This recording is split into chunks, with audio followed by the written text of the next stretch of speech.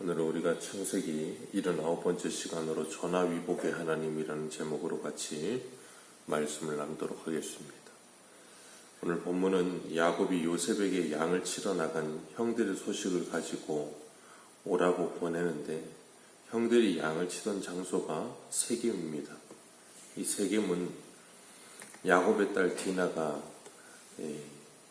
강간을 당했던 장소이고, 시몬과 레위가 그 일로 인해 보복하고 야곱이 두려워했던 장소였습니다. 그가 베델로 올라갈 때 하나님께서 그 세겜 주변 성읍 사람들이 보호하지 못하도록 그 사면 고을 사람들이 크게 두려워하게 하였습니다. 후에 야곱의 아들들이 세겜의 양을 치는데, 야곱이 살고 있는 헤브론 골짜기에서 대략 80km 정도 떨어져 있는 곳입니다. 그 당시로 치면 한 3, 4일 길 떨어져 있는 먼 거리인데, 야곱의 아들들이 그곳에서 양을 치고 있는 거예요. 그러니까 야곱이 당연히 아들들이 걱정이 됐겠죠.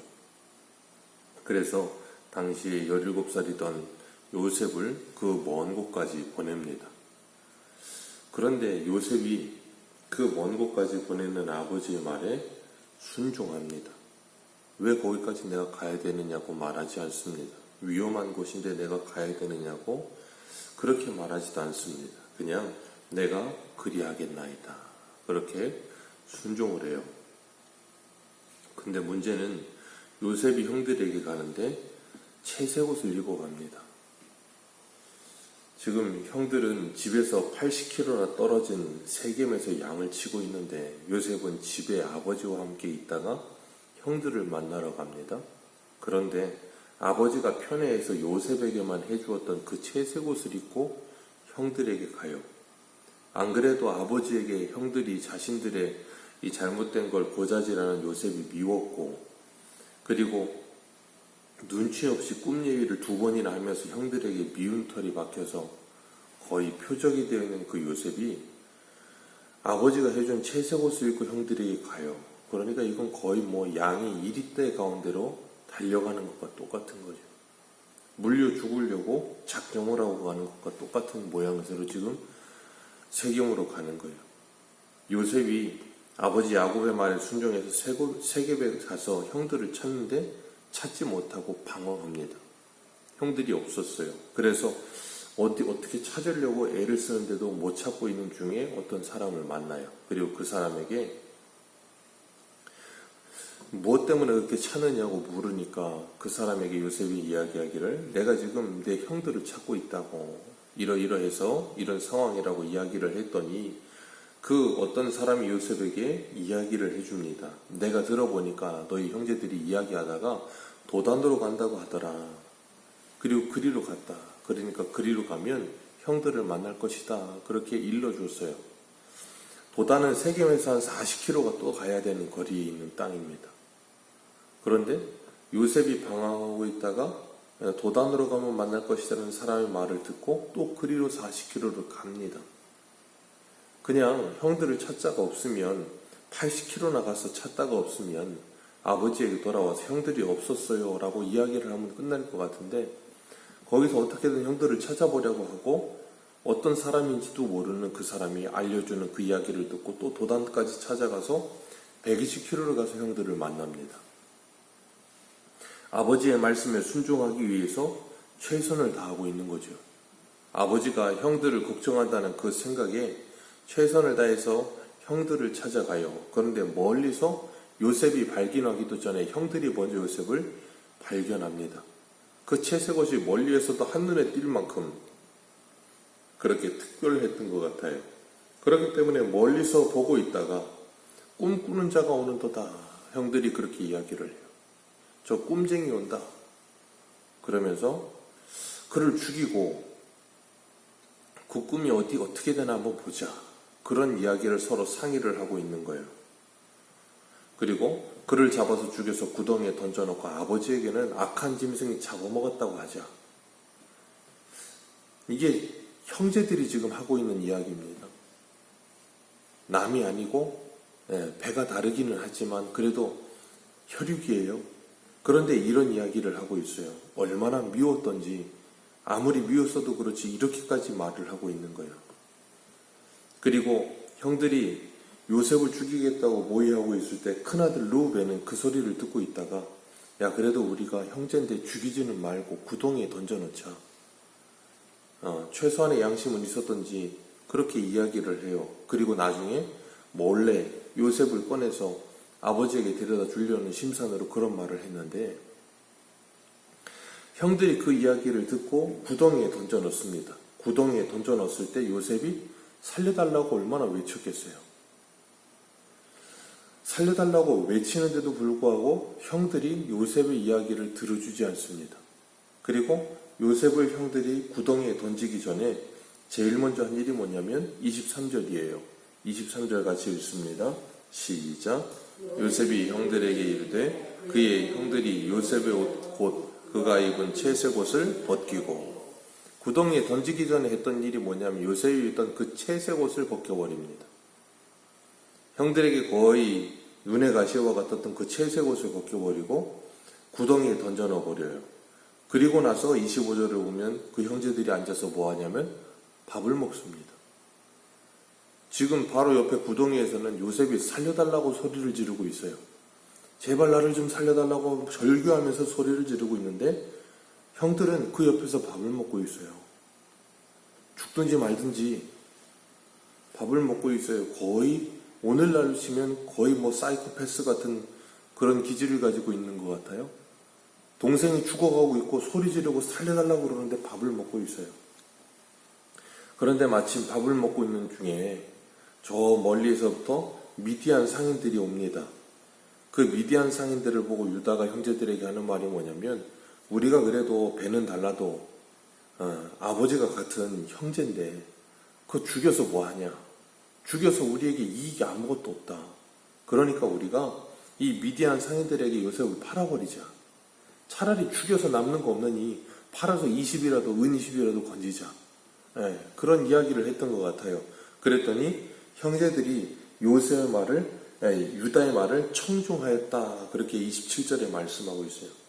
유다의 말을 청중해요. 큰형은 죽이지 말고 구덩이에 던져넣자 그랬는데 넷째인 유다가 이야기하니까 형제들이 다 유다의 말을 들어요. 그리고 그 요셉을 끌어올려가지고 미디안 상인들 이스마엘 상인들에게 은 20에 팔아버립니다. 그리고 요셉은 그 은 20에 팔려서 애굽으로 내려가게 돼요. 이 일련의 모든 일들이 하나님의 섭리 가운데 있는 일이라는 걸 우리는 기억해야 합니다. 그냥 겉으로 보기에는 야곱의 집안의 12아들이 서로 물어뜯고 미워하고 요셉이라고 하는 한 사람을 죽이려고 작정하는 것 같은 그림이지만 그 그림 속에는 예수 그리스도의 예표적인 모습이 그대로 담겨 있는 것이고 그리고 그 모든 일련의 일들은 하나님께서 창세기 15장에서 아브라함에게 횃불 언약을 통해서 주셨던 그 횃불 언약을 성취하시기 위한 하나님의 섭리였다는 걸 우리는 기억해야 돼요. 창세기 15장 13절을 보면 여호와께서 아브라함에게 이르시되 너는 반드시 알라 내 자손이 이방에서 객이 되어 그들을 섬기겠고 그들을 400년 동안 내 자손을 괴롭히리니 그들이 섬기는 나라를 내가 징벌할지며 그 후에 내 자손이 큰 재물을 이끌어 나오리라. 이 이야기 하나님께서 야곱에게 주셨던 이 말씀 이걸 하나님은 지금 성실하게 이행 중에 있는 거예요. 그 하나님의 섭리하심이 이루어지는 과정 속에 요셉의 형들의 시기와 질투와 분노가 사용되고 있고 요셉의 연약함이 사용되고 있고 이스마엘 상인들을 만나게 하심을 통해서 요셉의 애굽의 종으로 팔려가도록 하나님께서 기가 막힌 타이밍에 이 모든 일이 이루어지도록 지금 하나님께서 다 연출하고 계시는 거예요. 그들은 그게 하나님이 연출하고 계시고 하나님이 계획하신 일이 진행되고 있다는 걸 꿈에도 모릅니다. 그냥 미디안 상인들은 종 하나 사서 애굽에 가서 팔 생각인 거고 형들은 자기들 눈에 가신 요셉 제거하는 일에 혈안이 되어 있는 것이고 그러면서 하는 말이 그래 저거 죽여서 어디 적고 저거 우리들이 자기한테 절한다고 2번이나 말하던데 그 꿈 어떻게 되나 보자. 그 꿈이 하나님이 준 꿈이라는 생각을 꿈에도 못합니다. 그냥 요셉이 한 말이 기분이 나쁜 거예요. 그러니까 그거 어떻게 되나 보자 하는 심산으로 이 모든 일을 하는 거예요. 그런데 그 모든 일이 합력하여 누구의 뜻이 이루어져요? 하나님의 뜻이 이루어지는 거예요. 하나님께서는 하나님의 사람들을 통하여 일하시는데 그 하나님의 사람들을 사용하시기 전에 훈련을 시키세요. 모세는 미디안 광야에서 40년 동안을 훈련시키시고 다윗은 사울을 피해서 14년 동안이나 광야에서 훈련을 시키시고 요셉도 17살의 형들에게 팔려서 애굽에 내려가서 30세가 되도록 13년 동안이나 애굽에서 훈련을 받게 하세요. 하나님께서 요셉을 통하여 하나님의 놀라우신 섭리하심과 언약을 이행하고 계시는 과정 속에 요셉을 훈련하시고 야곱을 훈련하시고 그리고 요셉의 형들을 지금 다 복합적으로 훈련하고 계시는 거예요. 우리 한 구절만 읽습니다. 시편 2편 1절입니다. 시편 2편 1절입니다.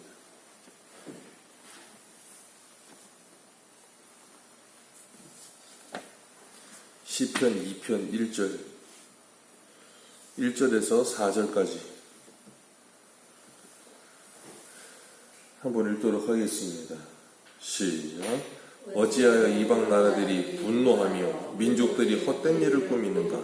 세상의 구랑들이 나서며 관원들이 서로 꾀하여 여호와와 그의 기름 부음을 받은 자를 대적하며 우리가 그들의 맨 것을 끊고 그의 결박을 벗어버리자 하는도다.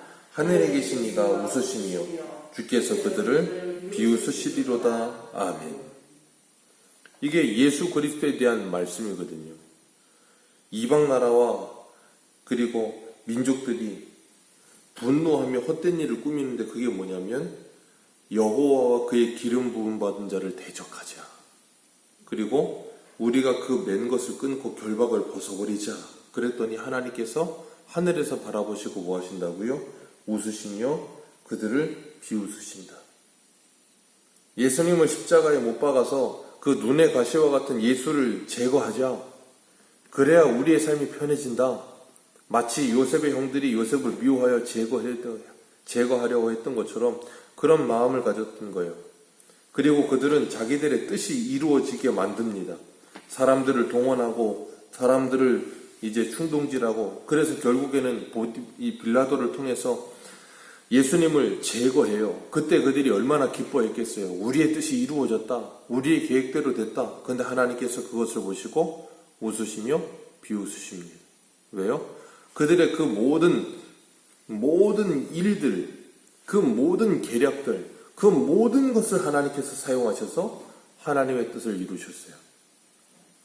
그러니까 그들은 자신들이 하나님께 쓰임받는다는 생각을 1도 하지 못하고 자기의 죄악된 모습을 그대로 드러내면서 그 일을 하는데 하나님은 그것까지 사용하셔서 우리의 구원 계획을 이루어지는 거예요.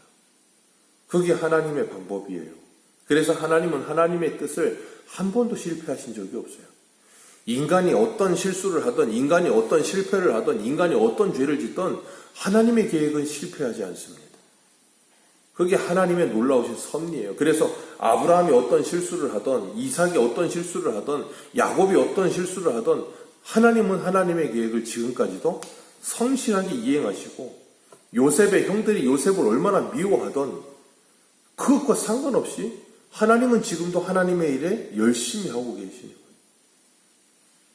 요셉의 형들은 요셉을 죽임으로 요셉의 꿈이 어떻게 되는가 보자 하는 심산으로 그런 나쁜 마음으로 이런 일을 했지만 하나님은 역설적으로 요셉을 애굽에 팔아버리는 그들의 행동을 통해 하나님의 계획이 요셉의 꿈이 이루어지게 하세요.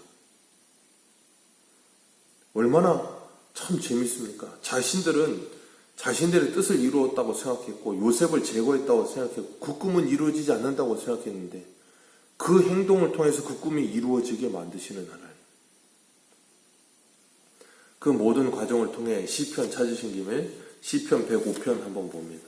시편 105편 17절. 시편 105편 17절입니다.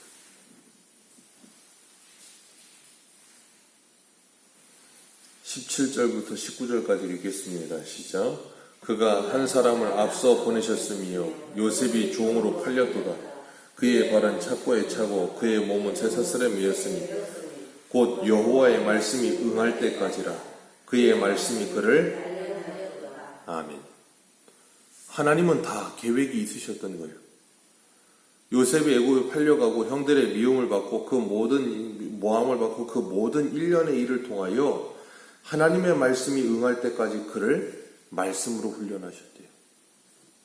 그러니까 요셉은 이 모든 일을 통해서 하나님의 말씀으로 훈련되는 과정이었던 거예요. 그 13년의 세월이. 다윗도 다윗 될 수 있었던 이유는 사울이 그를 미워하여 죽이려고 할 때 그를 피해 다니던 13년이 다윗이 하나님의 사람으로 만들어지는 시기였던 거예요.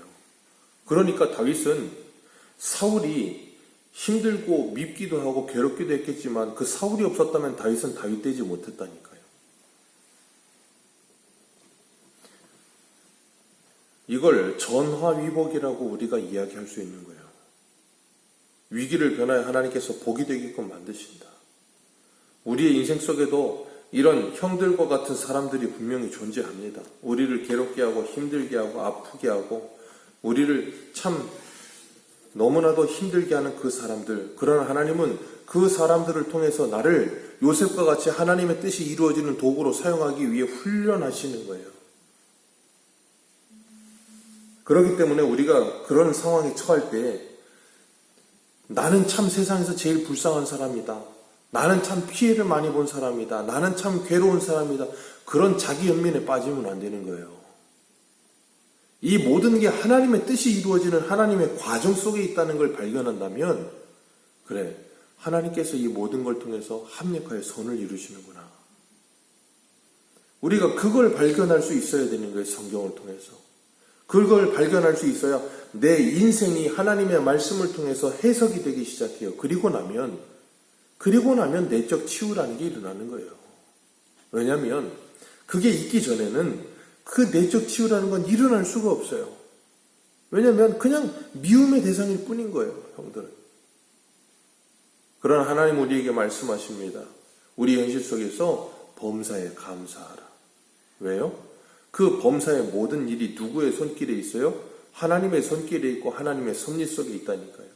그리고 그 모든 걸 합력하여 하나님께서 하나님의 선을 이루신다니까요. 그걸 믿는 게 그리스도인이에요. 그렇기 때문에 우리는 그런 현실 속에 있을 때 하나님께서 우리를 통해서 어떤 일을 하실까? 그걸 생각할 수 있어야 되고 하나님의 뜻을 기억할 수 있어야 돼요. 그래서 요셉은 지금은 알지 못하지만 20년이 지난 창세기 45장 가면 그 형들이 와서 자신에게 절을 할 때 그제야 그 20년 전에 자기가 꿨던 그 꿈이 뭐였는지를 기억하게 돼요. 그리고 하나님의 뜻이 이루어지는 거였구나. 그래서 요셉이 형들에게 그러죠. 당신들이 나를 여기 팔았으므로 두려워하지 마소서, 무서워하지 마소서.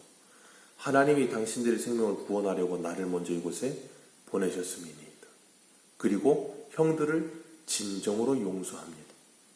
근데 형들은 그 요셉을 만나고 나서도 아버지 야곱이 죽을 때까지도 두려운 마음이 있죠. 그리고 아버지 야곱이 죽어 장사 지내고 나서 돌아올 때도 두려워해요. 요셉이 우리한테 보복하면 어떡하지? 그랬더니 요셉이 뭐라 그래요? 걱정하지 말라고. 내가 어떻게 하나님을 대신하겠느냐고. 왜 그래요? 진짜 하나님의 뜻이 뭔지를 정말로 요셉은 알았거든요. 그 20년의 세월 동안 말씀을 통해서 그는 훈련받았거든요. 그리고 하나님의 뜻을 깨닫고 나서 보니까 그 모든 것이 하나님의 시선으로 보여지기 시작하는 거예요.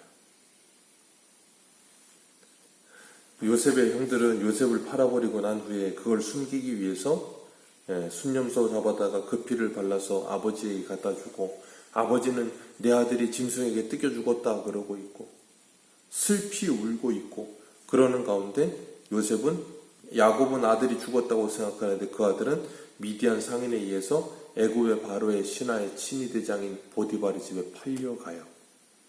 그러면서 누구의 뜻을 이루고 계세요? 하나님의 뜻을 이루고 계세요. 그리고 야곱의 이 슬픔은 나중에 기쁨이 되어 변화가 일어나죠. 요셉을 만남으로. 하나님께서 이 모든 일이 일어나도록 일련의 일들을 모든 것을 하나님이 지금도 계획하고 계시고 하나님의 모든 일이 진행되게 하고 계시는 거예요. 그렇기 때문에 슬픔을 변하여 기쁨이 되게 하시는 그 하나님, 요셉의 이 모든 괴로움을 변하여 하나님의 언약이 이루어지게끔 만드시는 하나님, 그 하나님은 오늘도 우리에게 우리의 슬픔과 우리의 괴로움을 변하여 복이 되게 하실 하나님 되시는 줄 믿으시길 바랍니다.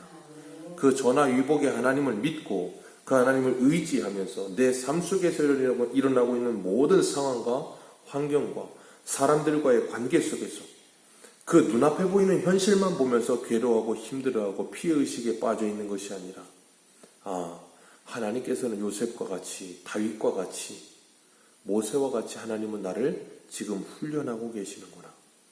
내가 그 훈련을 다 받고 난 후에는 하나님께서 나를 하나님의 사람답게 키워내시겠구나. 우리가 그 믿음을 가지고 오늘 우리 현실을 해석하며 믿음으로 살아가는 복된 하루 되시기를 주님의 이름으로 축복합니다. 기도하겠습니다.